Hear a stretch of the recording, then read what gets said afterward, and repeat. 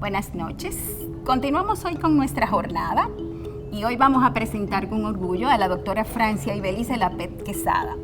La doctora Lapet es graduada de doctora en medicina en el Instituto Tecnológico de Santo Domingo, INTED, en el cual en el 1989 se graduó como médico, tras la cual realizó un máster en pediatría en el Hospital Central de las Fuerzas Armadas y la Policía Nacional en el 1997. Es miembro del Colegio Médico Dominicano y de la Sociedad Dominicana de Pediatría. Ha realizado cursos en soporte vital básico, soporte vital cardiovascular avanzado, soporte vital extracorpóreo y urgencias pediátricas. Se ha desempeñado como pediatra intensivista en el Hospital Pediátrico Dr. Hugo Mendoza y en el Hospital General de la Plaza de la Salud. Además, es pediatra intensivista cardiovascular en las misiones quirúrgicas norteamericanas que se realizan en el Centro Diagnóstico Medicina Avanzada y Telemedicina CEDIMAR. Fue la jefa de emergencia en pediatría del Hospital Regional Dr. Marcelino Vélez Santana hasta el 2020. Y desde el año 2018 es la gerente de emergencia del Hospital Pediátrico Dr. Hugo Mendoza. La doctora Lapet nos presentará el tema cómo identificar y trasladar pacientes críticos. Con ustedes, la doctora Lapet. Buenas noches, gracias por la invitación de esta 8ª jornada científica del Hospital Dr. Hugo Mendoza. Gracias por la invitación a los organizadores de dicho evento. El tema o la conferencia que vamos a tratar en el día de hoy es identificación y traslado de pacientes críticos pediátricos. El tema lo vamos a desglosar de la siguiente manera. Vamos a tocar un caso clínico, también reconocimiento del paciente pediátrico, el triángulo de evaluación pediátrica y por último el traslado del paciente crítico pediátrico a la unidad de cuidados intensivos. Nuestro caso clínico corresponde a un masculino de 4 años de edad que viene con fiebre de 4 días de evolución, vómitos en 5 ocasiones. Este paciente al abordaje está irritable, tiene temperatura de 39 grados centígrados, tiene datos de mala perfusión tisular, distrés respiratorio, extremidades frías y un llenado capilar más de 4 segundos. Este paciente se maneja con cargas de solución salino al 0.9% de 10 a 20 cc por kilo. Aplicamos antipiréticos, colocamos oxígeno por cánula nasal y le enviamos a hacer algunos laboratorios. 30 minutos más tarde, la madre se acerca al servicio de enfermería donde dice que su bebé luce mal. Revaloramos paciente y encontramos un paciente ya somnoliento con datos de mala perfusión tisular, con llenado capilar más de 5 segundos y frialdad distal. Se maneja este paciente con una segunda carga de solución salino al 0.9%, 20 cc por kilo, con una saturación de oxígeno en 88%. 20 minutos más tarde, después de realizar intubación endotraqueal, el paciente fallece. En conclusión, en este caso clínico, el paciente no fue identificado correctamente su estado crítico, llevándolo a un deterioro progresivo hasta su fallecimiento. Lo más importante de este caso clínico es que el paciente nos llega con un shock compensado y sus mecanismos compensatorios, al no reconocerse su estado crítico, progresó hacia la parada cardiorrespiratoria, que es lo que tenemos que evitar en todo paciente pediátrico, ya que sus mecanismos contrarreguladores son diferentes que el adulto. Es importante reconocer lo que es el choque el shock cuando está compensado para evitar a que haya ya un choque irreversible. Para identificar un paciente críticamente enfermo, tenemos que hablar de lo que es el triángulo de evaluación pediátrica. como su nombre lo dice, un triángulo tiene 3 lados, pero no siempre, no todos los lados tienen la misma importancia. Este consta de la apariencia, respiración, circulación.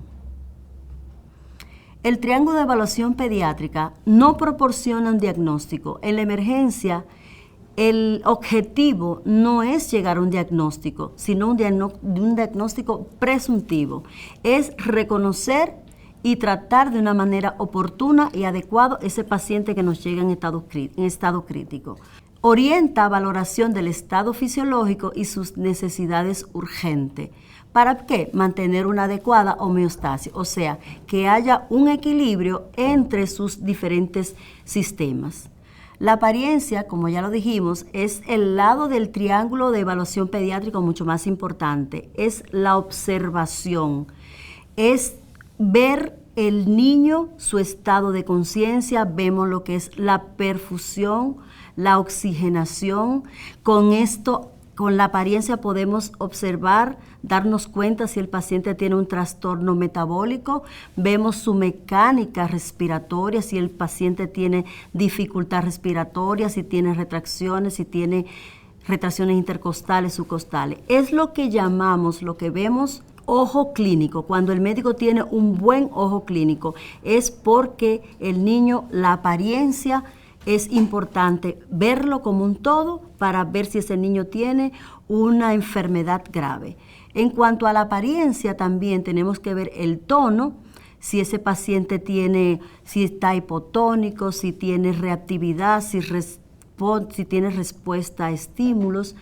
También vamos a valorar lo que es si está alerta, la mirada, si tiene la mirada perdida, si tiene la mirada inclinada. Con esto podemos valorar lo que es nos asegura del estado si ese paciente tiene una disfunción primaria del sistema nervioso central.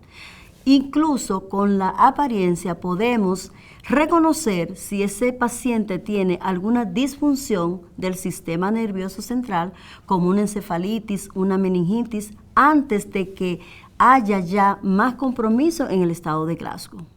El otro lado de la evaluación del triángulo pediátrico es la circulación.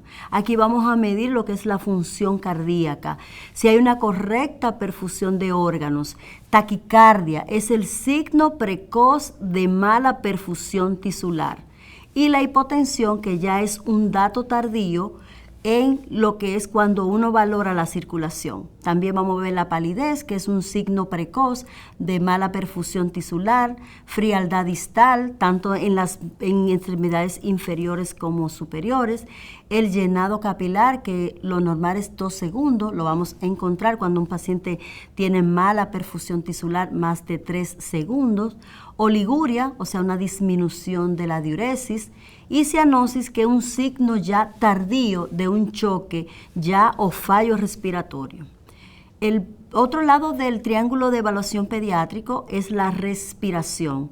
Aquí tenemos que evitar la valoración dentro de lo posible con el paciente o el niño que esté llorando. Es importante con el llanto podemos hacer una mala evaluación, por eso es recomendable que el niño esté en el regazo de su madre.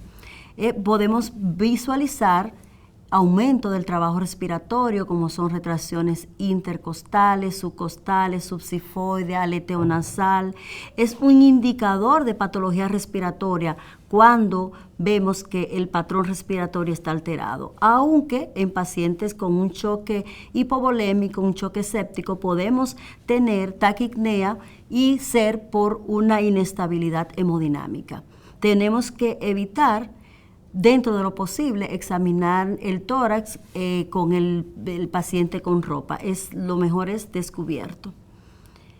En cuanto también a la respiración, podemos ver los ruidos patológicos como el quejido. Cuando un paciente pediátrico presenta quejido, es importante, esto significa gran compromiso ventilatorio. Sibilancias, estridor, ronquidos, vamos a tener taquipnea, que no es propio o exclusivo de patología respiratoria, podemos verlo en choque séptico, choque también hemodinámico. tirajes y retracciones intercostales, aleteo nasal. Vamos a pasar a ver unos videos que son importantes para, aquí podemos identificar lo que es el aleteo nasal, que significa que hay una apertura involuntaria de las narinas para poder entrar mucho más aire hacia los pulmones. Eso significa gran compromiso ventilatorio. El segundo video es el quejido respiratorio, que no es más que el paciente al exhalar hay un cierre parcial de la glotis para poder aumentar más la entrada del aire hacia los pulmones. Esto significa gran compromiso ventilatorio.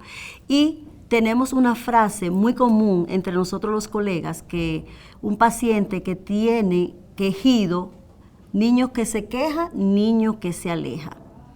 Y tenemos aquí que son las retracciones externales, y también tenemos retracciones intercostales, subcostales. Podemos también tener retracciones supraclaviculares. En el niño, sobre todo en los lactantes, podemos tener el balanceo del cuello, que esto significa gran compromiso ventilatorio, y es que hay un estirón del músculo esternocleidomastoideo. Significa gran compromiso ventilatorio, hay una hipoxia. Al inicio de la conferencia presentamos un caso clínico. Este es el mismo caso clínico, que es el paciente masculino de 4 años de edad que viene con fiebre de 4 días de evolución, vómitos en 5 ocasiones, irritable al abordaje, con taquicneico, taquicárdico, distrés respiratorio, extremidades frías, llenado capilar prolongado, o sea, paciente con inestabilidad hemodinámica. Manejamos con carga de solución salina al 0.9% a 20 cc por kilo, lo administramos en 5 minutos y revaloramos paciente. Lo importante de este caso con respecto al anterior es que aquí se reconoció el estado de descompensación hemodinámica, se manejó adecuadamente con cargas de solución salino al 0.9% a 20 cc por kilo, y se administran estos fluidos en 5 a 10 minutos. Y lo más importante es revalorar a los 10 minutos.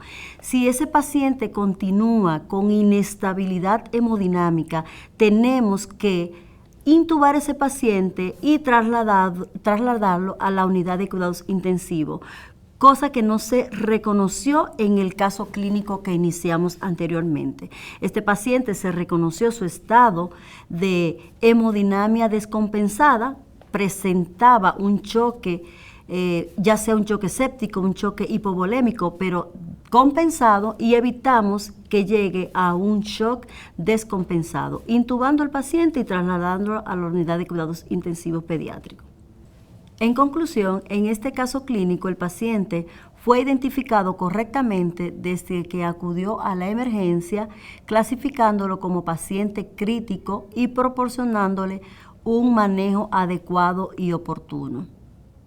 Entonces, lo más importante en el triángulo de evaluación pediátrica es que no requiere más de unos segundos para ver y escuchar al paciente. Es una evaluación rápida y precisa del estado fisiológico, nos dirige en virtud en posible diagnóstico y su tratamiento. Entonces, vamos a hablar ahora del traslado del paciente crítico.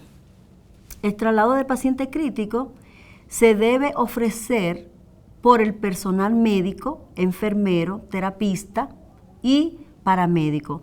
Hay algunos programas que utilizan médicos, enfermeras, pero lo más importante es que este personal esté capacitado con certificación de reanimación cardiovascular avanzado, y debe ofrecer un estándar de cuidado similar al de la unidad de cuidados intensivos.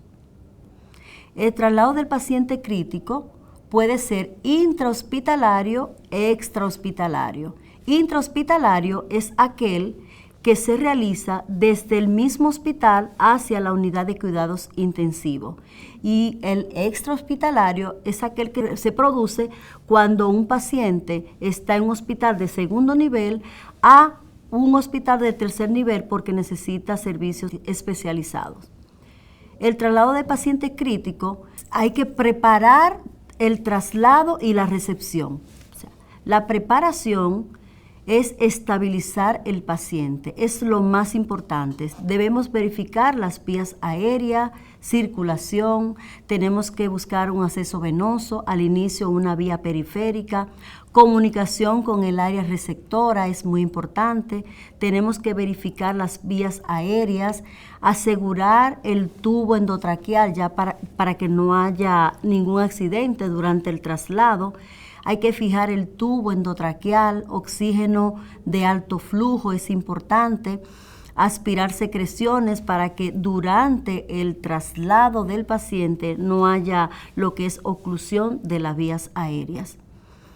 La parte hemodinámica es muy importante, debemos verificar los pulsos periféricos, el llenado capilar, temperatura distal, tenemos que canalizar o un acceso venoso.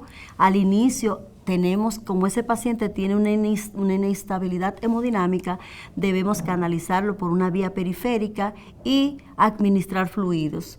Ya que ese paciente, su hemodinámica está comprometida, debemos administrar fluidos a 20 cc por kilo de solución salino al 0.9%.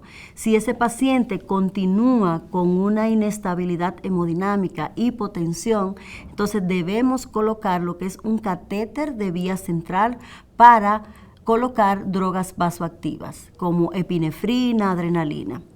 El traslado debe asegurar una disponibilidad de equipo. Es importante las camillas de transporte que estén bien aseguradas, monitores de transporte, ya que ese paciente durante el traslado, como ese niño está hemodinámicamente inestable, tenemos que registrar lo que es la frecuencia cardíaca, la presión arterial, la saturación de oxígeno, ya que en el traslado pueden ver arritmias y si uno no está con una monitorización constante, puede entonces no evidenciar algunas arritmias que puedan presentar. También tenemos que llevar lo que es laringoscopio de diferentes hojas, verificar que la luz esté adecuada, también oxígeno portátil para que durante el traslado no haya algún inconveniente de que se termine el oxígeno.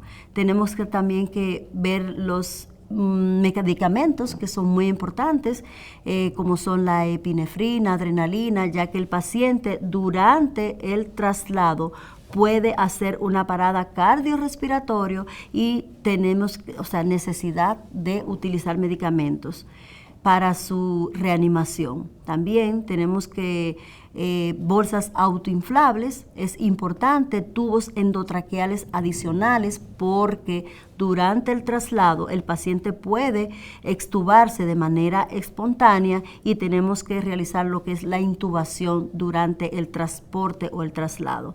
También tenemos que tener materiales gastables como jeringuillas adicionales, más fluidos, dextrosa al 5% por si presenta alguna hipoglicemia.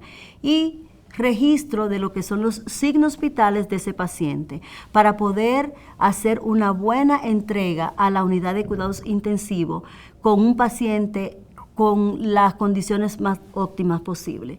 En cuanto a la recepción del paciente, es importante comunicarnos desde que nos llega un paciente a TraumaShot, comunicarnos al área receptora para presentarle al paciente y decirle las condiciones en que está ese niño. Espacio físico y equipos listos para continuar los cuidados del paciente. Es importante una entrega formal de pacientes, documentos como historia clínica, hojas de signos vitales, resultados de laboratorio y estudios complementarios. Si dejas de intentarlo, estará más cerca del fracaso que del éxito. Muchísimas gracias. Continuando con la doctora Anquia Mora. La doctora Anquia Mora se graduó de doctora en medicina en la Universidad Autónoma de Santo Domingo UAS, tras lo cual cursó la residencia de pediatría en el Hospital Infantil Dr. Robert Reed Cabral. Posteriormente realizó la subespecialidad en nefrología pediátrica en dicho hospital. Actualmente labora como nefróloga del Hospital Pediátrico Dr. Hugo Mendoza y tiene a su cargo el Programa Nacional de Diálisis Peritoneal Pediátrica. La doctora Mora nos presentará el tema soporte renal en pacientes críticos pediátricos. Buenas noches, agradecer al comité organizador por la invitación y la confianza. Esta noche vamos a compartir con ustedes un tema que no es solo de interés para los nefrólogos, sino también para todos los que tienen la oportunidad de asistir a pacientes críticos, sabiendo que pacientes críticos pueden incluir a niños con enfermedades agudas, pacientes con enfermedades crónicas que hacen alguna agudización de su patología de base, pacientes con traumatismos o pacientes con procedimientos invasivos programados. El daño renal agudo es una complicación grave y frecuente en los pacientes hospitalizados. Alrededor del 10% de los niños hospitalizados van a presentar algún grado de lesión renal aguda y este porcentaje va a ir incrementando en relación con la gravedad de la enfermedad de base, pudiendo alcanzar hasta un 80% de los pacientes en las unidades de cuidados intensivos pediátricos. Esto no está divorciado de los pacientes neonatales, ya que se han descrito que alrededor del 69% de los pacientes de los recién nacidos, el 69% pueden presentar daño renal agudo y el 50% de estos pueden ser a término. Una lesión renal aguda no es más que la disminución de la capacidad del riñón para eliminar los productos nitrogenados de desecho y va a ocurrir por una interacción de factores externos agresores de la respuesta individual de cada individuo y va a haber una susceptibilidad variable. Se van a manifestar de diferentes maneras, pudiendo ir desde la azoemia prerrenal leve, sin cambios renales patológicos y alteraciones en la función, hasta una disfunción renal oligúrica severa, en donde va a haber una asociación a necrosis y falla de la función. Esto es importante porque todo esto va a aumentar el tiempo de hospitalización, por tanto va a aumentar los costos de la atención y está muy relacionado con el aumento en la tasa de mortalidad, describiéndose tasas que van desde un 15% hasta un 80%. Y el 50% de los casos está relacionado a cuadros de sepsis. Recordando que la sepsis es uno de los diagnósticos más frecuentes en nuestras unidades de cuidados intensivos. La etiología del daño renal puede ser de causa renal propiamente dicha, como ocurre en los pacientes con síndromes hemolíticos urémicos o enfermedades glomerulares, y también de causas extrarrenales, que son las más comunes, y el 80% de estos niños van a requerir algún tipo de reemplazo en la sustitución de sus riñones. Además de las infecciones, ocupando la sepsis el 50% de los casos, los pacientes con insuficiencias cardíacas, los pacientes que son sometidos a cirugías de cualquier tipo, las cardíacas tienen un riesgo de un 20 a un 40%, los pacientes quemados, aproximadamente se ha descrito que el 50% pueden desarrollar un daño renal agudo. Los pacientes trasplantados aumentan 3 veces este riesgo. Los pacientes en ventilación mecánica y con uso de drogas vasopresoras pueden aumentar el riesgo hasta en 5 veces por encima de lo habitual. También el uso de nefrotóxicos, muy común en el manejo de nuestros pacientes, entre ellos los AINES, que se ha descrito que hasta el 2.7% de los pacientes que usan AINES, aún en dosis prescritas de forma adecuada, a los 5 días pueden desarrollar un daño renal. Otras drogas como el aciclovir, el foscarnet, los aminoglucósidos, la vancomicina, los inhibidores de las calcinurinas pueden ser factores de riesgo que predispongan a daño renal agudo. Por tanto, es importante hacer uso correcto de estas drogas en dosificaciones adecuadas y dar seguimiento a la función renal de estos pacientes cuando son utilizadas. Otro factor de riesgo que se han descrito en las literaturas que guardan relación con el daño renal agudo es la trombocitopenia. Alrededor del 40% de los pacientes que presentan disminución en sus plaquetas pueden presentar riesgo de lesión renal aguda, aunque esto puede guardar relación con la severidad de la patología de base. Se ha descrito que por cada 1000 unidades por milímetros cúbicos que disminuyen las plaquetas, hay un riesgo de diálisis de un 1% que va incrementando. La hipovolemia y los antecedentes de cirugías también representan un factor de riesgo, siendo la hipovolemia un 44% de riesgo y la hipoperfusión un 37%. En los recién nacidos, factores como la asfixia perinatal, el bajo peso al nacer, la transfusión fetofetal en los embarazos múltiples, el uso de drogas nefrotóxicas en la madre y en el niño, también pueden aumentar este riesgo. y el uso de ventilación mecánica. También los pacientes que necesitan soporte extracorpóreo, el ECMO, tienen un factor de riesgo más aumentado de hasta un 60%. Por tanto, el enfoque debe ir dado a identificar factores de riesgo y hacer intervenciones oportunas que limiten esa afección renal aguda, o podamos hacer intervenciones a tiempo para que no tengan unas repercusiones en lo adelante que puedan ser fatales para el bebé. De acuerdo, la funcionalidad del riñón va a depender de la integridad tanto de su perfusión, de la integridad de las vías urinarias y también de la integridad del parénquima. De esta manera, de acuerdo a cuál parte de estas esté afectada, la podemos dividir en el daño renal agudo prerrenal, el renal propiamente dicho y el postrenal. El daño renal agudo prerrenal está básicamente relacionado con la disminución en la perfusión renal. Se va a generar una serie de eventos de reperfusión y también una serie de eventos antiinflamatorios e inflamatorios que van a ocasionar disminución del flujo de orina y retención de sodio y cloro como una respuesta compensadora del riñón, que si se perpetúa en el tiempo, entonces va a provocar un daño renal que pudiera tornarse irreversible si no hacemos intervenciones oportunas. Dentro de las causas de este tipo de daño están la deshidratación, la disminución del gasto cardíaco, la sepsis, entre otros. Recordar que todo daño prerrenal que no se interviene a tiempo puede provocar un daño renal e ir provocando un cuadro de necrosis tubular aguda. También tenemos del daño renal intrínseco o renal propiamente dicho, en donde va a haber una serie de eventos hipóxicos que van a afectar de manera directa a las células tubulares renales con pérdida de su polaridad, necrosis y apoptosis celular, que es lo que conocemos como necrosis tubular aguda. Entre el daño tubular podemos relacionarlo con drogas nefrotóxicas, también los pacientes que están en quimioterapia con metrotexate, con cisplastino, las mioglobulinurias, también pueden provocar daño renal propiamente dicho, además de las patologías vasculares, sistémicas y patologías propias del riñón. Los trastornos electrolíticos como la hipocalcemia, la hipocalemia, la acidosis hiperfosforémica pueden limitar el gasto cardíaco y consecuentemente afectar la perfusión renal y provocar un daño renal intrínseco. Otra de las causas de daño renal es la causa postrenal, que está dada por la obstrucción al flujo urinario. Tiene un grado de reversibilidad alto, ya que podemos retornar con facilidad y rapidez el flujo renal solamente con el hecho de colocar dispositivos que nos ayuden a mejorar ese flujo, como las sondas vesicales. Pero tener en cuenta que una sonda vesical no colocada de la forma correcta puede actuar como un factor obstructivo, que sería iatrogénico o mecánico. Otras causas son las litiasis bilaterales, las uropatías obstructivas como las valvas o las neoplasias vesicales, que puedan causar también compresión y con esto obstrucción al flujo. Siempre que tengamos un paciente con daño renal en el que no tenemos bien establecido lo que está ocurriendo, es importante hacer una ultrasonografía renal que nos va a dar información y nos orientará en busca de esa causa. Conociendo ya cuáles son los factores de riesgo y la etiología del daño renal agudo, debemos saber que tenemos algunas herramientas que nos pueden ayudar a estratificar este riesgo.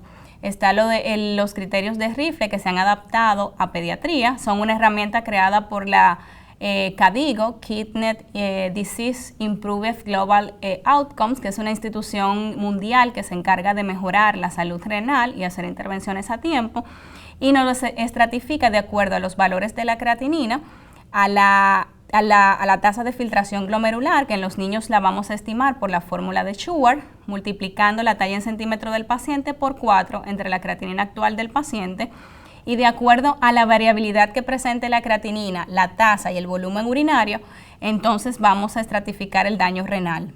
Tendremos riesgo cuando la creatinina de base aumenta 1.5 o 2 veces, o un descenso del filtrado glomerular de más de un 25%, con disminución del volumen urinario por 8 horas consecutivas por debajo de 0.5 mililitros por kilo. Habrá injuria si ese aumento es de 2 a 3 veces por encima del basal, o descenso del filtrado mayor de 50%, con un volumen urinario disminuido por 16 horas consecutivas. Y falla cuando el descenso es más de 3 veces el basal, o un aumento o un descenso de la tasa de más de un 75% con disminución del volumen urinario por 24 horas por debajo de 0.3 mililitros por kilo o anuria por más de 12 horas. Tomar en cuenta que la tasa de filtrado glomerular va a variar con la edad del paciente y debemos conocer esas variaciones para poder hacer nuestra estratificación. Esta tasa también va a variar en los neonatos de acuerdo a la edad gestacional del paciente y a su peso. Y hay una escala de Rifle modificada para neonatos, que es bueno que los grupos de especialistas que trabajan con estos pacientes pues conozcan. En Goldstein, en el 2010, creó una herramienta conocida como angina renal que permite de una manera rápida valorar el riesgo que tienen los pacientes en las unidades de cuidados intensivos de desarrollar daño renal.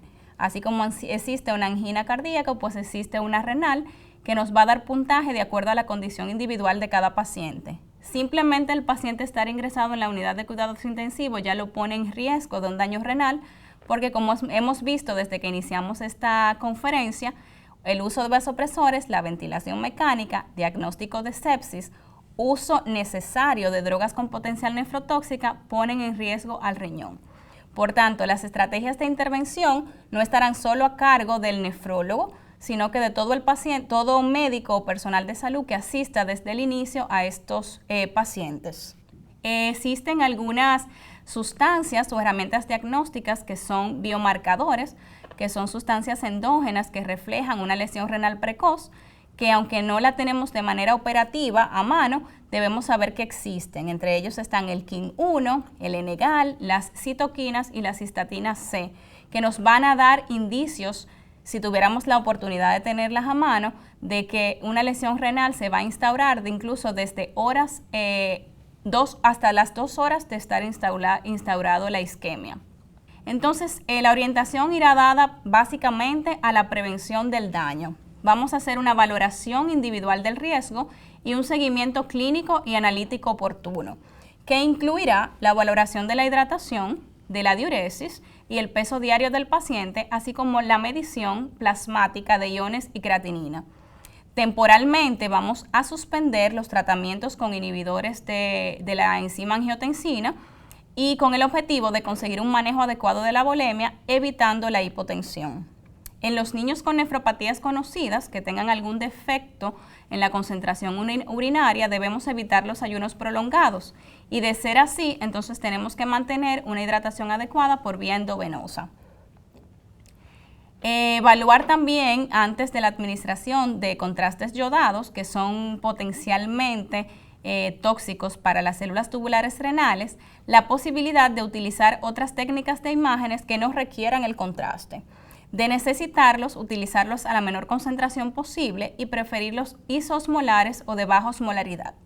Previamente hay que hacer una expansión de volumen con cristaloide, administrar N-acetilcisteína, que es un antioxidante que nos puede ayudar a a disminuir el riesgo de daño tubular, y las dosis a las que están indicadas pues se las dejo aquí para que la tengan a mano. Y hacer una monitorización posterior de los niveles de creatinina unas 24 horas después de realizar el estudio para saber los efectos que hemos tenido.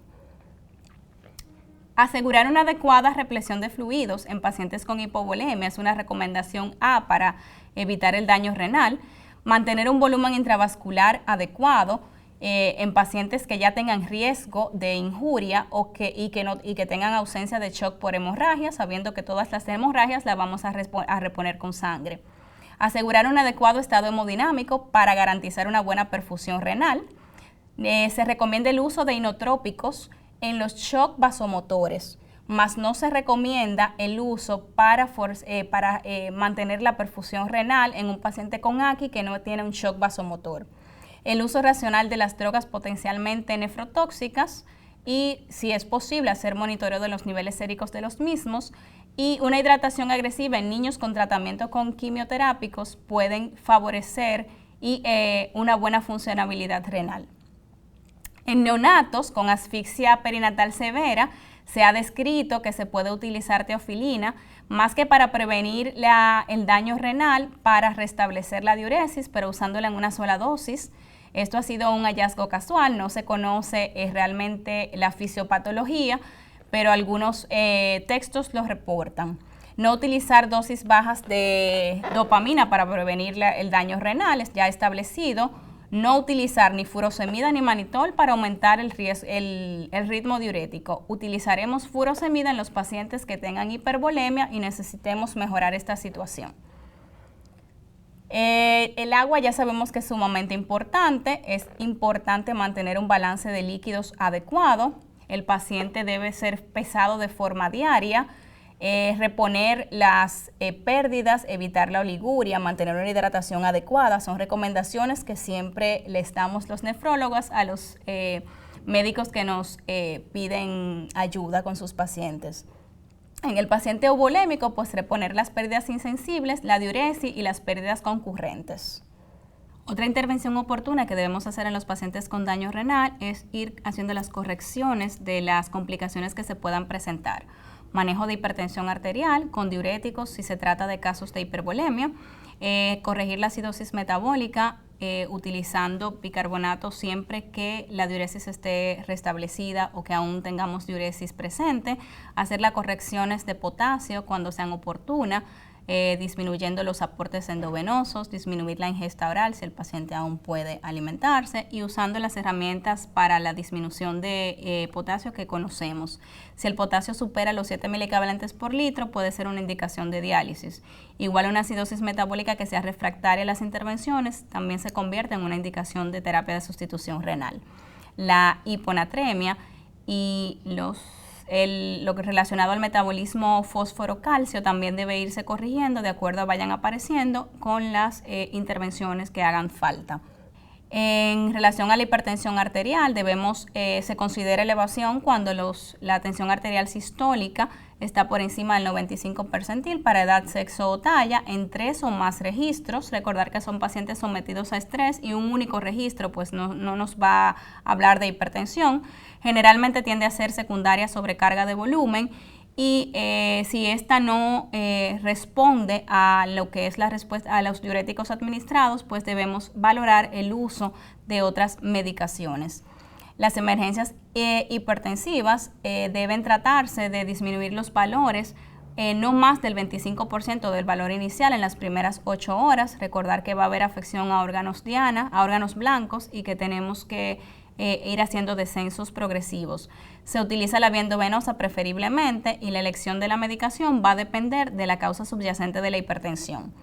Las urgencias hipertensivas, el descenso va a ser más, las agudas, el descenso debe hacerse en horas y si es crónica, entonces el descenso se irá haciendo de forma gradual hasta alcanzar el nivel adecuado en días. Se prefiere la vía oral y entre las opciones tenemos la nifedipina, la clonidina y el minoxidil. En relación a la nutrición, sumamente importante, es un paciente que si está en unidad en condiciones críticas estará sometido a mucho estrés. Aun cuando exista daño renal agudo, no se recomienda las restricciones de la ingesta proteica, sino que vamos a tratar de alcanzar a ese paciente dándole aportes que cubran hasta el 100 y 130% de sus requerimientos. Para prevenir la desnutrición o retrasar, podemos utilizar como herramienta la terapia de sustitución renal. Nunca sacrificar la alimentación del paciente. Ya cuando no hemos logrado con medidas farmacológicas resolver o yugular la situación renal, el único tratamiento aceptado es la terapia de reemplazo renal. A pesar de la disponibilidad de varias técnicas de diálisis y que hemos optimizado con el tiempo las medidas de apoyo, no se ha podido demostrar una mejoría en la sobrevida por utilizar diálisis, por lo que hay que tomar en cuenta la falla de otros órganos y valorar las indicaciones no renales de diálisis que pueden ser mejorar el pronóstico de estos pacientes. Las indicaciones que habitualmente conocemos, hipercalemia, acidosis metabólica refractaria, una sobrecarga de volumen en un paciente oligúrico o anúrico que no hayamos podido restablecer con el uso de diuréticos, o la uremia son indicaciones convencionales de diálisis. El daño renal agudo oligúrico, que para poder mantener un adecuado aporte nutricional requiere la remoción de líquidos y electrolitos, una sobrecarga de volumen con insuficiencia cardíaca congestiva, edema agudo de pulmón o una hipertensión arterial severa que no se pueda tratar de forma conservadora, y las anomalías electrolíticas como la hipercalemia severa con manifestaciones electrocardiográficas, la hipernatremia, hiponatremia, acidosis metabólica no corregida en un paciente que además tiene un riesgo de hipernatremia y o sobrecarga de volumen. Signos y síntomas de uremia como la pericarditis, la alteración del sensorio, un aumento progresivo de los niveles de urea, el síndrome de lisis tumoral con hiperuricemia importante y oliguria, errores congénitos del metabolismo con acidosis orgánica severa o hiperamonemia, y la ingestión de tóxicos como salicilatos, metanol, etanol, teofilina paraquat son criterios que pueden sugerir el paciente puede tener la necesidad de una terapia de sustitución renal. La terapia que vamos a elegir va a depender de la localización del paciente, la disponibilidad y la experiencia dialítica que tenga el centro. Tenemos varias modalidades. Está la diálisis peritoneal, que es la opción preferida en los pacientes recién nacidos y lactantes pequeños, donde hay dificultades para el acceso vascular. Y esta tiene la opción de que podemos hacerla de manera manual o automatizada. También se suele elegir en pacientes que tienen enfermedades renales de base, que pueden requerir mayor tiempo de terapia posterior a su salida de la UCI. La hemodiálisis es una terapia que nos ofrece resultados rápidos y eficaces, pero que no se puede administrar a pacientes con inestabilidad hemodinámica, que es la mayoría de los pacientes que tenemos en la UCI, y se prefiere su uso en los casos de intoxicaciones. La terapia de reemplazo continuo, la CRRT, que todos conocemos como Prisma, es la terapia que se prefiere en los pacientes con inestabilidad hemodinámica y ofrece la oportunidad de manera continua dar el soporte al paciente. Hay que sopesar cuando elegimos también los riesgos propios de la técnica, del acceso vascular y de la anticoagulación, ya que ninguna de estas opciones escapa de tener complicaciones. En el caso de la diálisis peritoneal tenemos los riesgos infecciosos de peritonitis, migración del catéter, fuga de los líquidos porque tenemos que hacer un uso inmediato del catéter que se ha colocado. En el caso de las terapias de reemplazo continuo está el riesgo de sangrado, de la coagulación de los filtros o los trastornos electrolíticos, y la hemodiálisis tiene un riesgo importante de hipotensión, por lo que no se prefieren pacientes inestables hemodinámicamente. Entonces, ¿qué recomendamos? Un seguimiento en forma prolongada a los pacientes que padecieron de un daño renal agudo durante un evento crítico de su vida, ya que se ha descrito que alrededor del 34 al 50% de los niños que tuvo un daño renal agudo evolucionó hacia la enfermedad renal crónica durante su seguimiento. Bali y Cara encontraron que el 40% de los niños que requirieron diálisis durante un evento de daño renal agudo presentaron alteraciones renales al momento del egreso hospitalario, con tasas de filtración glomerular que se quedan por debajo de las recomendadas, por debajo de 90 mililitros por minuto. Por lo que a los 3 meses de ese paciente de ser dado de alta debe tener un seguimiento por el nefrólogo para ver qué secuelas hemos tenido de esta situación crítica que tuvo el paciente. ¿Qué es importante? Identificar de manera temprana al paciente con riesgo para presentar daño renal agudo, para de esta manera optimizar las terapias de resucitación y soporte, asegurar una adecuada perfusión renal, oxigenación y nutrición del paciente, tratar enérgicamente las infecciones sabiendo que suelen ser una de las principales causas de daño renal agudo, y disminuir los factores de riesgo prevenibles como el uso de medicamentos nefrotóxicos y medios de contraste para estudios imagenológicos.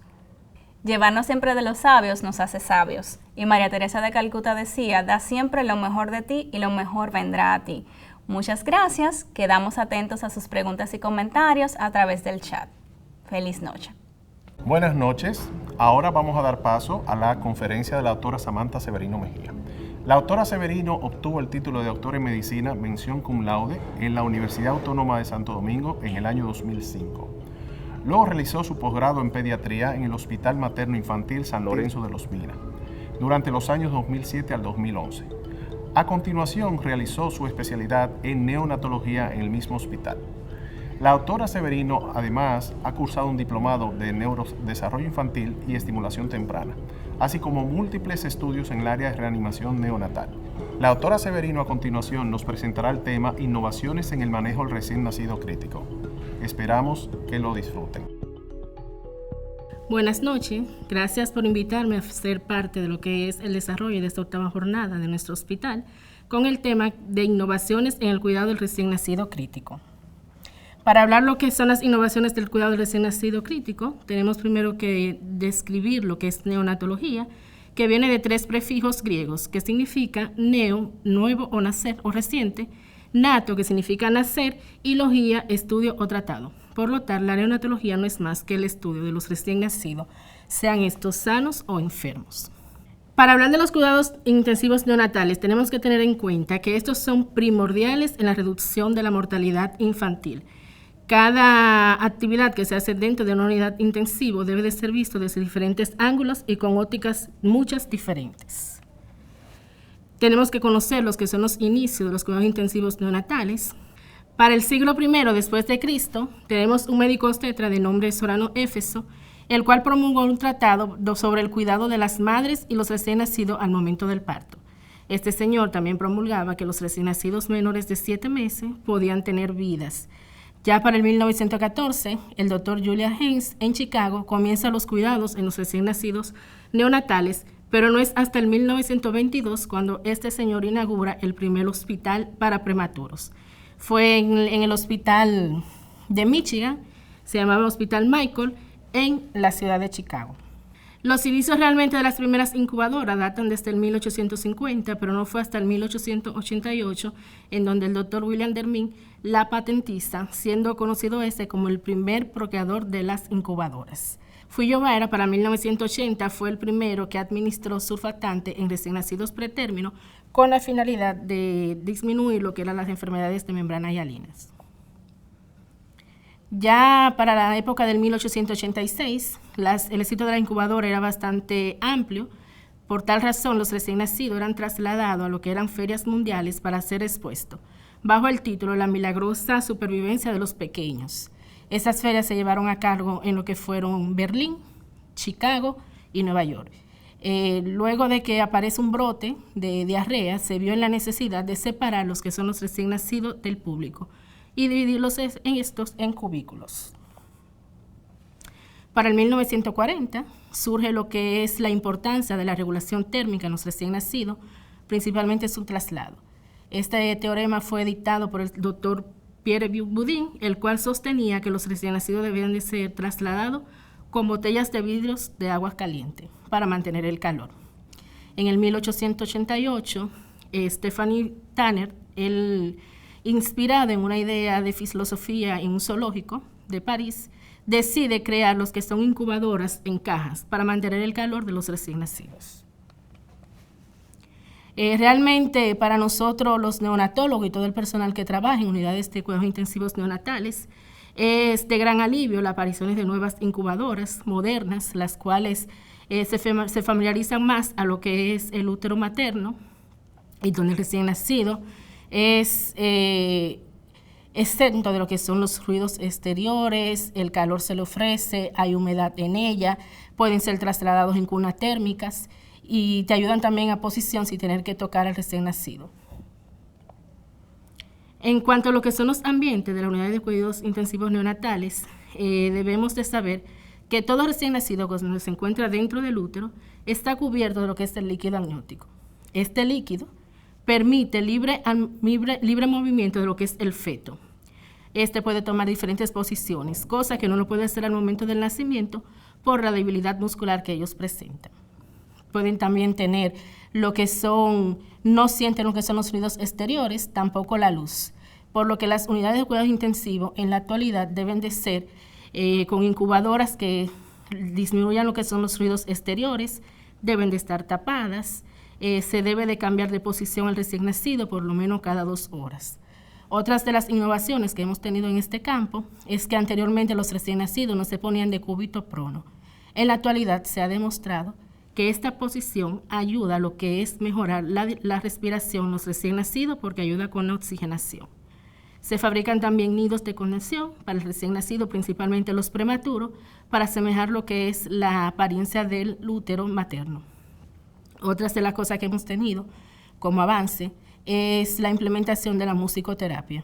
La musicoterapia principalmente de músicas de cunas en los recién nacidos. Esta ha tenido grandes beneficios. Nos ayuda a lo que es la reducción de las frecuencias cardíacas, nos ayuda también con la succión del recién nacido, menor estadía en el lugar y además también ayuda a disminuir lo que es la ansiedad en los padres. Ya a partir del 1960 también hemos tenido grandes avances en lo que es el campo de la cirugía. Cada día se hacen más invasivas, incluso se han llegado a realizar lo que son cirugías intrauterinas. En 1970 se hace promulgar y se hace ya a nivel mundial la importancia del lavado de las manos como medida de prevención en infecciones en los recién nacidos. Para esta época también la neonatología tiene un gran auge en lo que es la alimentación del recién nacido, tanto enteral, ya sea de forma por succión o por sondas orogástricas, y también las parenterales. Surgen lo que son las monitorizaciones de los recién nacidos, también se utilizan ya imágenes en ellos como las radiografías, sonografías, tomografías y resonancias. Hay que hablar también de lo que son los campos a nivel respiratorio, de los problemas respiratorios, que día tras día vamos mejorando. Surgen los que son los ventiladores a partir del 1887, creado el primero por el doctor Edward Gers, el cual él inventó un ventilador de presión positiva. Luego, Ergon y Brown, en compañía de Alexander Graham, en el 1888, presenta lo que es un ventilador de presión negativa. Ya para el 1953, Donald y Lord fabrican lo que se le llama un ventilador ciclado. En el 1970 ya tenemos un auge en lo que es la presión positiva de vías aéreas, las cuales fueron practicadas por Gregory, Kidman y Field. Y para 1970 también surge lo que es el primer ventilador de neonatos, el Baby Bear. En la actualidad tenemos grandes dispositivos que nos ayudan a lo que es controlar el flujo que se le ofrece de oxígeno a los recién nacidos. Cabe mencionar que hay que tener en cuenta que si la hipoxia hace daño, la hiperoxia es mucho peor para los recién nacidos, tanto a nivel cerebral como ocular. En busca de estas demandas surgen los que son los mezcladores de oxígeno, en donde hay una mezcla de aire y oxígeno, evitando que el oxígeno pase al recién nacido de forma frío. Tenemos también que salen los que son los dispositivos blender. Estos se administran al recién nacido con mezcladores de oxígeno, como ya expliqué anteriormente, y se utilizan a través de cánulas nasal. Otra de las evoluciones innovadoras que hemos tenido en este renglón están los ventiladores, que ya no solamente lo tenemos de una sola modalidad, sino de diferentes modalidades según la necesidad que se presente en la unidad. Y cabe destacar que también ha visto una innovación en lo que es el CPAP nasal. Anteriormente el CPAP era pasado al recién nacido con oxígeno directo a través de aire frío. En el día de hoy se utilizan mezcladores para ayudar que este oxígeno llegue a la temperatura adecuada y con el flujo adecuado a cada recién nacido. También esta es una de las mejores técnicas para evitar lo que es la enfermedad de membrana hialina, porque evita lo que es el colapso pulmonar una vez administrado el surfactante pulmonar. Hay que seguir hablando en las innovaciones. Para esto hay dos drogas que han venido a revolucionar lo que es el manejo en los prematuros, que es el surfactante pulmonar y la cafeína. El surfactante pulmonar, una vez administrado, mejora lo que es la distensibilidad pulmonar, mejora la oxigenación en el recién nacido, produce menor colapso a nivel alveolar y produce también lo que es mayor reclutamiento de los alveolos. Y con la cafeína hemos logrado que de un 25% de los recién nacidos puedan subsistir de lo que es las apneas del prematuro, un 27% caigan en falla de extubación y también tenemos que un 10% hacen menor posible que haya broncodisplasia. Tenemos que hablar de nuestro país, de la discrepancia que tenemos en él, la evolución que hemos tenido en nuestro país. El doctor Luis Rivera, en el 1990, fue el primero en administrar lo que es el surfactante pulmonar en la maternidad de la Altagracia. Fue administrado en un recién nacido de 29 semanas, sexo masculino, entregado en alojamiento conjunto y en el día de hoy es graduado de ingeniero. Ya para el 2005 se comienzan a utilizar lo que es en nuestras unidades, principalmente en la maternidad de la Altagracia, los mezcladores de oxígeno, pero no es hasta el 2019 en donde se patentiza a nivel nacional. Hay programas que vienen a ayudar a lo que es la supervivencia de estos recién nacidos, como el programa de apoyo a las unidades de cuidados intensivos neonatales, conocido como PAUSIN. Este surge en el 2005, la maternidad de la Altagracia, cuya finalidad era reducir lo que era la mortalidad en procesos infecciosos y también en problemas respiratorios, dando apoyo en lo que son drogas de alto valor. También surge lo que es el programa de Mamá Canguro. Este programa tiene como finalidad ayudar a las madres con esos recién nacidos que son peso bajo y prematuro.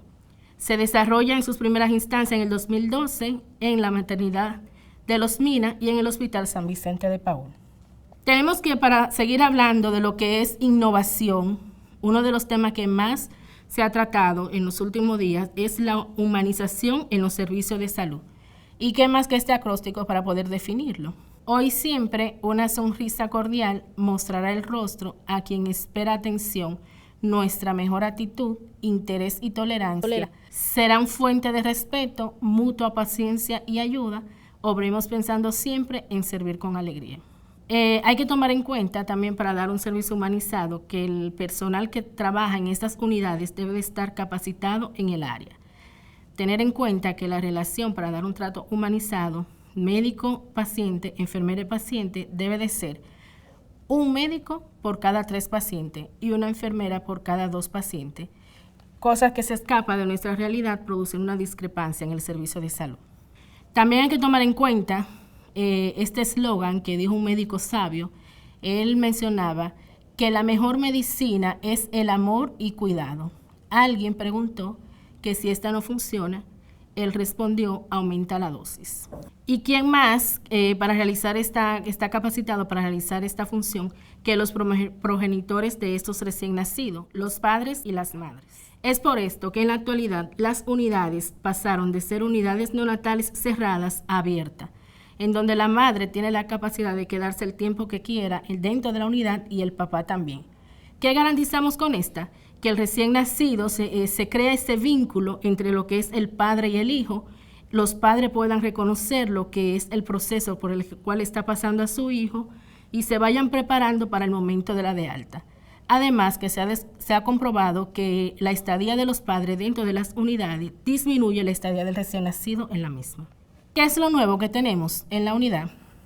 Bueno, lo nuevo que tenemos en lo que es neonatología son diferentes procedimientos, herramientas y terapias que se están llevando. Entre ellas tenemos la terapia de hipotermia, también conocido como terapia de enfriamiento. La misma tiene como objetivo disminuir lo que son las lesiones que se producen en la encefalopatía hipóxico-isquémica. Consiste en colocar un manto al recién nacido o una sábana que se conoce con el nombre de sábana enfriamiento y un garrito para producir enfriamiento. Debe de ser colocada en las primeras 6 horas y en un tiempo de 72 horas. En nuestro país solamente se realiza en un lugar a nivel privado y prontamente se estará llevando a cabo en las maternidades del Reinaldo Almanza, San Lorenzo de Los Minas y Nuestra Señora de la Altagracia.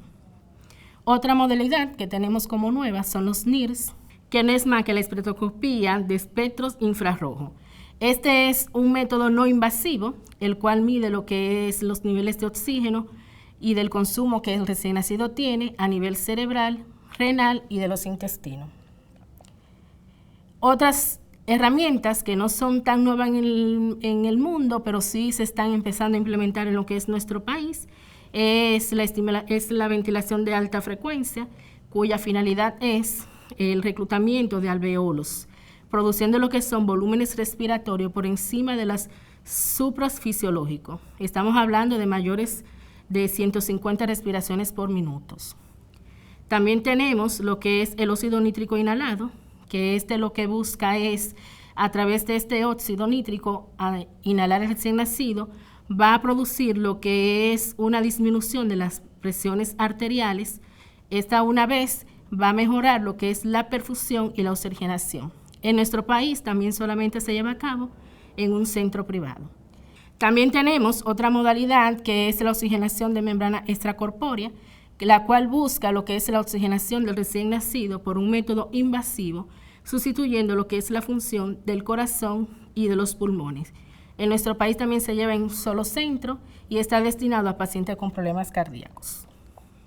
Y para finalizar ya lo que es esta presentación, vamos a utilizar una frase que es usada por el doctor Augusto Solá, el cual menciona que una unidad neonatal no es un complejo equipamiento, sino que va a depender además de la actitud y la actitud de personas que se unen para hacer cosas diferentes. Gracias. Finalmente, para concluir nuestra interesante jornada científica del Hospital Pediátrico Dr. Hugo Mendoza, vamos a dar paso a la conferencia de la doctora Carissa Nieves. La doctora Carissa Nieves es egresada de Medicina de la Universidad Central de Venezuela, país donde luego realizó la especialidad de Pediatría, Neonatología y Medicina Crítica Pediátrica en el Hospital Dr. Miguel Pérez Carreño.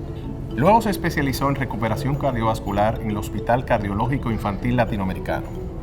Fue jefa de la terapia intensiva neonatal del Hospital Miguel Pérez Carreño durante los años 2011 hasta el 2014, así como jefa de terapia intensiva cardiovascular pediátrica del Hospital Cardiológico Infantil Latinoamericano entre el año 2010 hasta el 2014. Actualmente se desempeña como coordinadora de la Unidad de Cuidado Intensivo Cardiovascular Pediátrico en CEDIMAT desde el año 2015. Les vamos a dejar con la presentación de su conferencia, el rol del intensivista pediátrico en el cuidado del paciente con cardiopatía congénita, que esperamos sea de su agrado. Buenas noches. Quisiera agradecer al comité organizador la oportunidad de poder compartir esta noche con ustedes para conversar acerca del rol del intensivista pediátrico en el cuidado del paciente con cardiopatía congénita. Vamos a hacer una revisión breve acerca de generalidades de las cardiopatías congénitas, cómo identificar al paciente con cardiopatía, la descompensación aguda en los pacientes con cardiopatía congénita, así como los distintos escenarios que ameritan ingreso a la unidad de cuidados intensivos, el tratamiento específico de esas patologías y cuándo derivar a un centro especializado. Hay que recordar que las cardiopatías congénitas tienen una incidencia global de 8 a 10 por cada 1000 nacidos vivos. Del 25 al 30% de esos pacientes son diagnosticados posterior al alta hospitalaria. Apenas un 30 o 40% se diagnostican prenatalmente. En algunos países esta cifra puede ser un poco más alta. Y 10 a 20% de esos pacientes son diagnosticados posterior al fallecimiento. El 20 al 40% de las causas de muerte por patologías congénitas o por malformaciones congénitas está representado por las cardiopatías congénitas, lo cual representa obviamente un problema de salud pública. De las cardiopatías congénitas, es importante que sepamos también que un tercio de estas, denominadas cardiopatías congénitas críticas, se presentan con un grado severo de descompensación, tanto hemodinámica como respiratoria. Requieren ingresos a las unidades de cuidado intensivo porque es necesario someter a estos pacientes a intervencionismo o a cirugía de forma inmediata para salvaguardar su vida. Entonces, entre el 30 y 50% de los ingresos que tienen los pacientes con cardiopatías congénitas a la unidad de cuidados intensivos se generan por esta causa. Para el pediatra es necesario recordar que el diagnóstico de la cardiopatía congénita requiere un alto índice de sospecha porque muchas de las presentaciones de las cardiopatías congénitas son similares o simulan a otras condiciones graves de la infancia como la sepsis o las neumonías.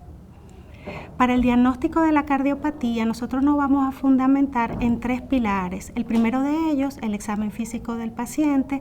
El segundo, la radiografía de tórax. Y en tercer lugar, vamos a utilizar el electrocardiograma que tenemos disponible para valorar a estos pacientes. Para la evaluación inicial de paciente con cardiopatía congénita es importante que utilicemos el triángulo de emergencia pediátrico, que nos va a permitir evaluar el aspecto del paciente, donde vamos a poder determinar si hay alteraciones del estado de conciencia, de qué forma está respirando el paciente, si hay agregados que normalmente no deben estar a la auscultación de los campos pulmonares y si hay alteración del llenado capilar o de la perfusión de ese paciente, lo cual nos puede orientar a que hay inestabilidad desde el punto de vista hemodinámico.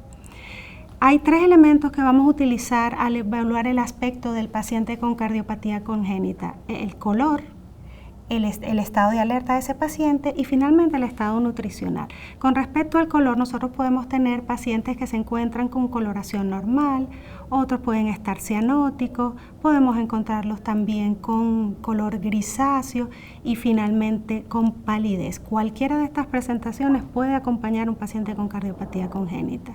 Respecto al estado de alerta, podemos encontrar un paciente que está confortable en brazos de su madre, dormido, o por el contrario, un paciente sumamente irritable que no calma en los brazos de su padre o su madre, y finalmente un paciente que está totalmente letárgico, que no es lo normal en un paciente que se encuentra en buenas condiciones. Y el estado nutricional también podemos valorarlo con el aspecto, porque vamos a ver si el paciente luce desnutrido o por el contrario es un paciente que tiene el aspecto de estar bien nutrido.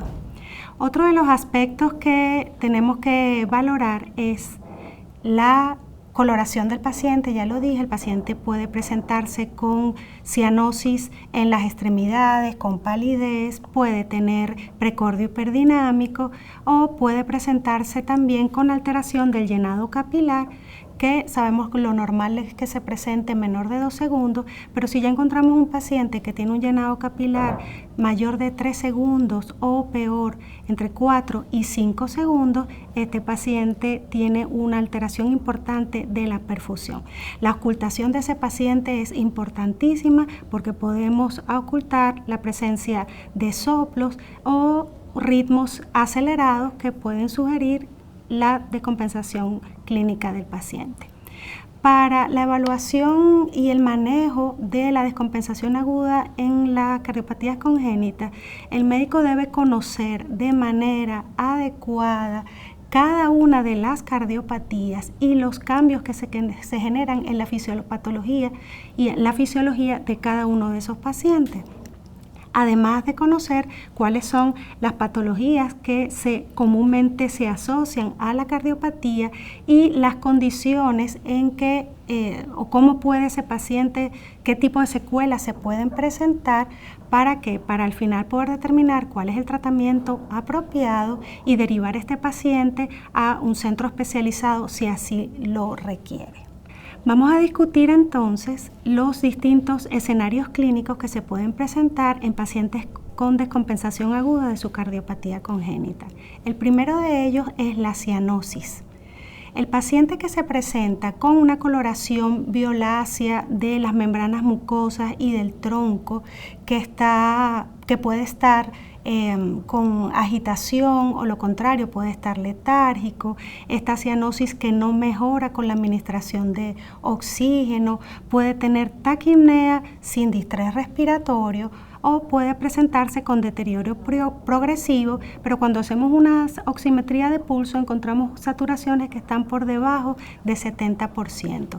Esto tiene que llamarnos la atención, medir la saturación de ese paciente tanto en miembros superiores como en miembro inferior, y si hay mayor saturación en miembro superior derecho que en miembro inferior, hablamos de la presencia de cianosis diferencial, y cuando la oximetría de pulso da más alta en miembro inferior que en miembros superiores, nos encontramos ante una cianosis diferencial reversa, lo que es característico de cardiopatías como la de transposición de grandes arterias. Las lesiones cardíacas asociadas a la cianosis son diversas, pero vamos a recordar en este punto que lo más probable es que sean patologías en las cuales la circulación pulmonar es dependiente del ductus arterioso. Las cardiopatías que acompañan a estas condiciones son la atresia tricuspidia, la estenosis pulmonar, la anomalía de Epstein severa, la atresia pulmonar, la tetralogía de Fallot, el Fallot extremo. Pero también tenemos otras condiciones que se acompañan de cianosis, son las patologías con mezcla completa, como es el retorno venoso anómalo pulmonar total, y las patologías con ausencia de mezcla, que es la condición de la detransposición de grandes vasos con septo interventricular intacto. En este video vamos a poder apreciar un paciente que se encuentra con cianosis, ¿verdad? Y observamos que en las extremidades inferiores los piecitos se ven más rosados que lo que es la parte superior del cuerpo. Pero este paciente tenía taquicardia y se encontraba con una saturación de 32%. Cuando le hicimos un lactato capilar, encontramos que el lactato estaba bastante elevado, con 7.2, y la gasometría arterial que se le tomó revelaba una hipoxemia profunda con acidosis mixta, tanto metabólica como respiratoria. Entonces, este es un paciente que tiene que llamarnos la atención, prender las alarmas, porque ese niño debe ser inmediatamente transferido a una unidad de cuidado intensivo. Si tenemos un paciente con una saturación inferior a 70% que se encuentra con los signos que anteriormente los mencioné, el paciente debe ser admitido en la unidad de cuidado intensivo, realizar una historia clínica cuidadosa, una radiografía de tórax, el electrocardiograma, y nosotros debemos notificar inmediatamente al cardiólogo para que se le realice una evaluación cardiovascular. Nosotros vamos a hacer un examen físico completo desde el punto de vista hemodinámico y respiratorio de ese paciente y valoraremos, vamos a analizar si esa cianosis es de causa respiratoria o es de causa cardíaca. Para hacer la diferenciación, pues nosotros vamos a realizar el test de hiperoxia, que consiste en el aporte de oxígeno al 100% por un periodo de 5 a 10 minutos, y si se observa aumento de la oxigenación durante la administración del oxígeno, pues decimos que probablemente está una patología que sea de origen pulmonar y no cardíaco. Pero si por el contrario no hay mejoría de la oxigenación durante la prueba, pues esto es un test que está negativo, por lo tanto nos hace pensar que el paciente tiene cardiopatía congénita de las que mencionamos anteriormente. El pilar del tratamiento en este grupo de pacientes inicia con asegurar una ventilación adecuada de ese paciente. Si hay un deterioro importante desde el punto de vista ventilatorio, no debemos perder tiempo, y si es necesario ese paciente debe ser intubado y conectado a ventilación mecánica, con la salvedad de que usted debe mantener fracciones inspiradas de oxígeno solo de 0.21, porque estamos pensando en patologías ductus dependientes. Hay que mejorar la precarga, con lo cual vamos a mejorar un poco el estado hemodinámico y vamos a favorecer la reapertura del ductus. Eso lo hacemos con la administración de cristaloides con dosis de 5 a 10 cc por kilo. Para favorecer la permeabilidad del ductus, lo ideal es utilizar prostaglandina E1 con dosis que pueden variar desde 0.02 microgramos kilo minuto hasta 0.1 microgramos kilo minuto, y recordar nuevamente que la FiO2 debe ser mantenida en 0.21, pues utilizar fracciones inspiradas de oxígeno más elevadas solo van a cerrar el ductus. Finalmente, si el paciente tiene acidosis metabólica, esta debe ser corregida. La radiografía de tórax que podemos encontrar en los pacientes con patologías cianóticas ductus dependientes pueden ser diversas. Algunas pueden presentar cardiomegalia, otras no, pueden verse un corazón un poco más pequeño o estrechez a nivel del mediastino, pero lo que es característico en este tipo de patologías es que el flujo pulmonar está disminuido. Eso nos va a dar la orientación de que tenemos este tipo de patologías.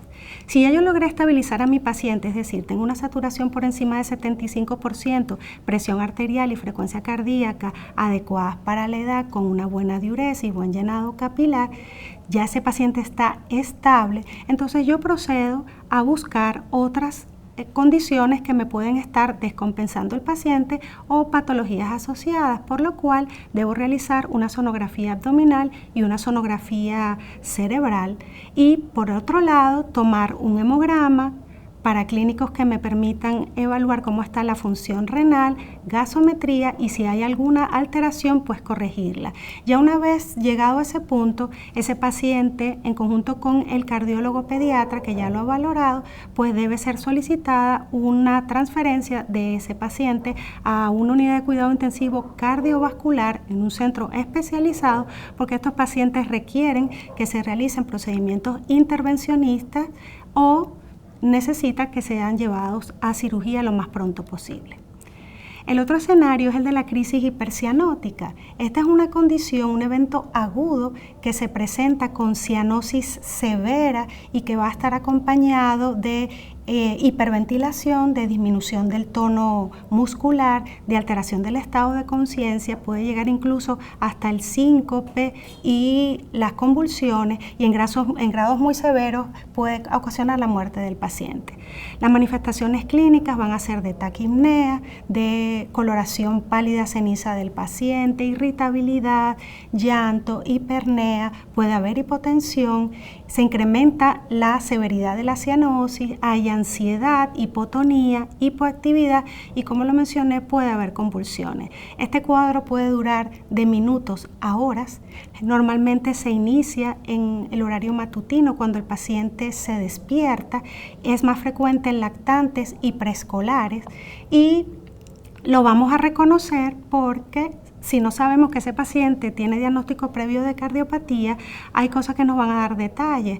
La cianosis prolongada produce alteraciones a nivel óseo y podemos observar los denominados dedos en palillo de tambor, el incremento de la cianosis, una cianosis bien marcada en ese paciente y cuando lo conectemos al monitor vamos a evidenciar que está taquicárdico y con una desaturación importantísima. Mire que este paciente tiene 33% de saturación.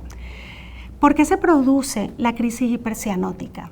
Al aumentar el gasto cardíaco y la demanda de oxígeno en respuesta al incremento de la actividad muscular, nosotros vamos a observar que hay un aumento del shunt de derecha a izquierda. Por otro lado, en pacientes que tienen una estrechez importante a nivel infundibular, pueden hacer un espasmo infundibular y esto va a disminuir el flujo sanguíneo pulmonar, por lo tanto va a favorecer más paso a través del defecto interventricular y estos pacientes se van a mantener desaturados, o sea, estoy enviando a la circulación sistémica sangre que está desoxigenada y eso va a generar que disminuya la saturación de oxígeno, que disminuya la presión arterial de oxígeno, que se incremente el CO2, se produzca acidosis y finalmente ese paciente empiece a hacer hipernea en respuesta a esta situación y eso va a alterar el retorno venoso sistémico, con lo cual voy a estar en un círculo vicioso que si no se resuelve va a llevar a la muerte del paciente. Entonces, lo primero que tenemos que hacer con estos pacientes con crisis hipercianótica es colocarlos en posición genupectoral, administrarle oxígeno por mascarilla, pero recordar que si el paciente se agita mucho con la administración del oxígeno, debemos colocarlo de lado porque es importantísimo que ese paciente esté tranquilo, que esté en brazos de su madre lo más tranquilo posible para evitar que se exacerbe la crisis. Los 4 elementos que se deben realizar después de esto es aumentar la precarga del ventrículo derecho, que lo vamos a hacer administrando cristaloides a 10 cc por kilo, corregir la acidosis metabólica si está presente, disminuir el espasmo infundibular, esto lo podemos hacer con morfina, con dosis de 0.05 a 0.1 miligramos por kilo y el uso del propanolol si lo tenemos disponible y debemos incrementar la resistencia vascular sistémica si el paciente lo amerita y en condiciones bastante particulares podemos utilizar la fenilefrina. Entonces, ¿qué hacemos nosotros por qué razón el paciente debe recibir la posición genopectoral. Cuando nosotros colocamos a un bebé en posición genopectoral, lo que vamos a buscar es un aumento del retorno venoso, y ese aumento del retorno venoso que va a tratar de vencer la resistencia que hay a nivel de la arteria pulmonar, ese flujo va a ir en mayor proporción hacia la pulmonar y por lo tanto menos se va a dirigir a través del shunt de derecha a izquierda, con lo cual nosotros vamos a revertir el paso de sangre desoxigenada hacia el sistémico y podremos mejorar la condición clínica. El otro escenario es el síndrome de bajo gasto, en que podemos nosotros tener al paciente con taquicardia, con alteración de los pulsos, llenado capilar prolongado, va a tener también cambios de coloración, puede estar cianótico, puede estar pálido y va a haber disminución de flujo urinario. Ese paciente se puede presentar también con dificultad respiratoria y de forma importante, por lo cual vamos a tener la obligación de intubar a ese paciente y conectarlo a ventilación mecánica. Las patologías que se asocian al síndrome de bajo gasto y el shock normalmente son patologías con circulación sistémica dependiente del ductus. Dentro de este grupo tenemos la estenosis aórtica crítica, el arco aórtico interrumpido, la coartación aórtica crítica, el síndrome de corazón izquierdo hipoplásico. Y lo característico de este grupo va a ser que tanto la presión arterial como los pulsos de las extremidades inferiores van a estar bastante disminuidos o incluso ausentes, lo que nos orienta a que puede ser este tipo de cardiopatía. Un paciente que se presente con manifestaciones de bajo gasto o de shock debe ser ingresado a la unidad de cuidado intensivo, hacer su radiografía de tórax, a solicitar la evaluación por cardiología, hacer un examen físico exhaustivo, nuevamente enfocados hacia la parte hemodinámica y respiratoria, tomar un acceso vascular y pensar que nosotros tenemos que mejorar las condiciones de precarga de ese paciente, dándole cristaloides de 5 a 10 cc por kilo, favorecer la permeabilidad del ductus con el uso de prostaglandina, las dosis que ya hemos mencionado, mejorar la función cardíaca si se requiere con el uso de inotrópicos tales como el mirrinone o la dobutamina, y considerar que si tiene acidosis metabólica, esta debe ser corregida. Tomar en cuenta que ese paciente, si hay un deterioro ventilatorio importante, debe ser intubado, conectado a ventilación mecánica y mantener fracciones inspiradas de oxígeno de 0.21 para evitar el cierre del ductus. Es importantísimo en este grupo de pacientes que no aumentemos la poscarga del ventrículo derecho, por lo tanto no deben ser administrados fármacos como la norepinefrina o como la dopamina, que empeorarían la situación. La evaluación por el cardiólogo o pediatra nos determinará finalmente si es una de estas patologías.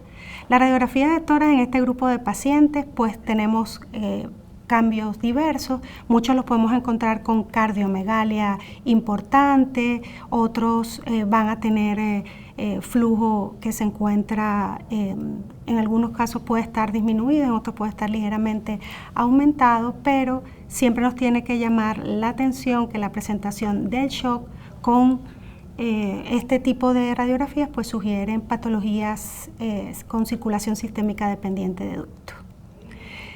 Este caso es de un paciente que se presentó con signos de bajo gasto. Si ustedes ven la coloración del paciente, no se ve tan cianótico como más bien con un color entre pálido y grisáceo, y el paciente satura 45%.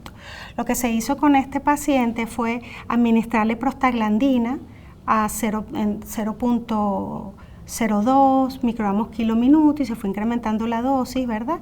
Además de mantener fracciones inspiradas de oxígeno de 0.21, y posterior a la administración de la prostaglandina, este es el mismo paciente y podemos ver que está totalmente rosado, que tiene buena coloración, es un paciente que luce bien. Entonces, aquí nosotros hemos estabilizado a nuestro paciente.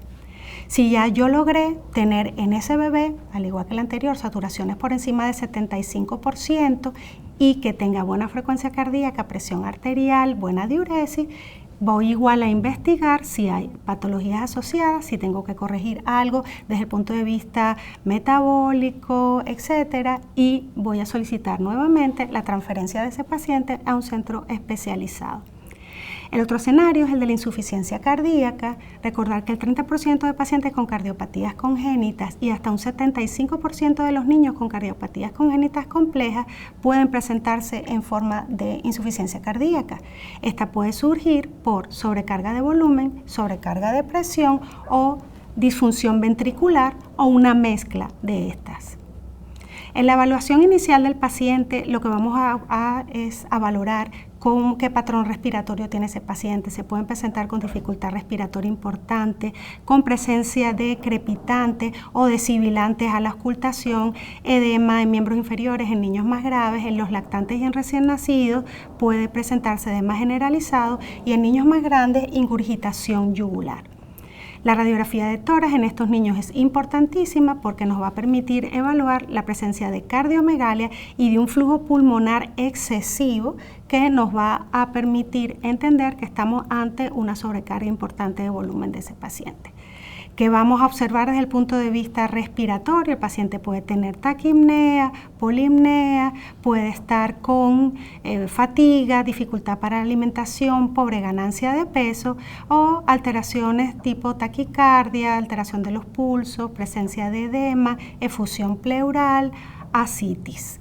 Son todos sugestivos de insuficiencia cardíaca.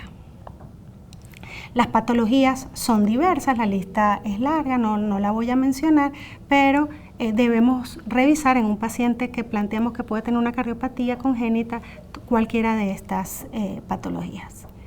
Si tenemos un paciente en esas condiciones, además de ingresarlo a UCI y hacer lo que hemos comentado en los escenarios anteriores, es que lo más importante es disminuir la sobrecarga de volumen. Por lo tanto, hay que restringir los líquidos, utilizar furosemida, que puede ser en bolos o puede ser en infusión, mantener al paciente con el uso de inotrópicos si lo requiere, que puede ser milrinone o puede ser dobutamina, disminuir la poscarga del ventrículo izquierdo, que en su momento pues se le colocará inhibidores de la enzima convertidora, asegurarse de que no generemos hiperflujo pulmonar con administración exagerada de oxígeno. Lo ideal es que la FiO2 esté entre 30 y 40% y el paciente mantenga saturaciones entre 85 y 90%, porque esto podría empeorar la falla cardíaca, podría exacerbar la hipoxemia que ese paciente presenta y tendríamos que administrar oxígeno por cánula o ponerlo en ventilación no invasiva o finalmente intubarlo y conectarlo a ventilación mecánica. El ecocardiograma nuevamente y la evaluación por el cardiólogo nos dará el diagnóstico definitivo. Como les dije, son diversas las patologías, pero lo que llama la atención en este grupo es el hiperflujo pulmonar y la cardiomegalia. Al estabilizar este paciente, lo mismo que comenté en los casos anteriores, es importante ya establecido si este paciente requiere intervencionismo o requiere cirugía, hacer la transferencia al centro especializado. El último de los escenarios es el de las taquiarritmias. La taquicardia supraventricular es una de las taquiarritmias más frecuentes en la edad pediátrica. 20% puede iniciar en la semana de vida, pero podemos encontrarlos en pacientes lactantes, en preescolares, en escolares e incluso en adolescentes. Los mecanismos por los cuales se producen son diversos, pero el más frecuente es el mecanismo de reentrada. ¿Qué nos interesa a nosotros en este paciente? Que encontramos una frecuencia cardíaca bastante elevada, con un QRS estrecho y debemos seguir el algoritmo del manejo de estos pacientes. Cuando usted tiene un paciente con una taquicardia de QRS estrecho, dependiendo de si el paciente se encuentra estable o inestable, va a cambiar la forma en que usted va a tratar ese paciente. Si el paciente está estable, vamos a iniciar con maniobras vagales para tratar de que la frecuencia cardíaca descienda. Si no hay respuesta a las maniobras vagales, utilizaremos adenosina a dosis de 0.1 miligramos por kilo. Si no hay respuesta a eso, aumentamos la dosis a 0.2 miligramos por kilo. Podemos dar hasta una tercera dosis de adenosina a 0.2 miligramos por kilo y si no responde, utilizaríamos amiodarona a 5 miligramos por kilo dosis. Si el paciente se encuentra inestable, Lo que urge aquí es realizar la cardioversión sincronizada, que podemos empezar con 0.5 a 1 joule por kilo. Si no hay respuesta, una segunda cardioversión, pero ya a 2 joule por kilo. Y si no hay respuesta, iniciaríamos adenosina a las dosis antes mencionadas. Si no responde a esto, seguiríamos con amiodarona 5 miligramos por kilo. Este caso es de un paciente que ingresó con taquicardia supraventricular. Pueden ver que aparte de una leve taquipnea, el paciente luce activo en buenas condiciones. En este caso, lo que procedimos a hacer fue el uso de maniobras vagales y el uso de adenosina, con lo cual el paciente mejoró. En el caso del paciente hemodinámicamente inestable, como ya comentamos, el paciente puede presentarse con dificultad respiratoria marcada, que nos lleva a administrarle oxigenoterapia, a monitorizarlo. Fíjense la frecuencia cardíaca que tiene este paciente. Si consideramos que está inestable por todo lo que comentamos, mal llenado capilar, etcétera, pues hay que proceder a hacer la cardioversión, que podemos hacerlo con parches externos o podemos hacerlo con el desfibrilador que usualmente tenemos en la unidad, y una vez que se realiza la descarga, vamos a encontrar que el paciente pasó de 271 de frecuencia cardíaca a 167 de frecuencia cardíaca y hay mejoría clínica. Es importante entonces, para finalizar el tema al que me referí, que pensemos en cardiopatía congénita en un paciente críticamente enfermo que aparece con cualquiera de estos escenarios, porque del índice de sospecha ante estas situaciones va a depender que nosotros hagamos el diagnóstico correcto, iniciemos la terapéutica correcta y le podamos permitir a ese paciente que pueda llegar a un sitio donde se le pueda resolver su situación de manera definitiva y salvaguardar la vida del paciente. Muchas gracias. Y así concluimos la 8ª jornada científica del Hospital Pediátrico Dr. Hugo Mendoza, niños críticamente enfermos en la República Dominicana, dedicada al distinguido pediatra intensivista Dr. Rafael Encarnación. Queremos agradecer al comité organizador encabezado por el Dr. Gonzalo Güemes, jefe de enseñanza del Hospital Pediátrico Dr. Hugo Mendoza, a nuestros invitados internacionales del Hospital Federico Gómez, a nuestros invitados nacionales, la doctora Carisa Nieves de Sedimat, a la doctora Patricia del Rosario, a nuestros invitados del Hospital Doctor Pediátrico Hugo Mendoza, nuestros intensivistas pediátricos, nuestros equipos de intensivo que arduamente trabajan cada día, nuestros equipos de intensivo pediátrico, nuestros equipos de intensivo neonatal, las pediatras, las enfermeras que cada día trabajan intensamente para salvar la vida de nuestros niños. Gracias a todos de corazón y los invitamos para que el próximo año participen nuevamente en la 9ª jornada científica de Hugo Mendoza. Y por supuesto, gracias a ustedes por acompañarnos. Nos vemos el año que viene.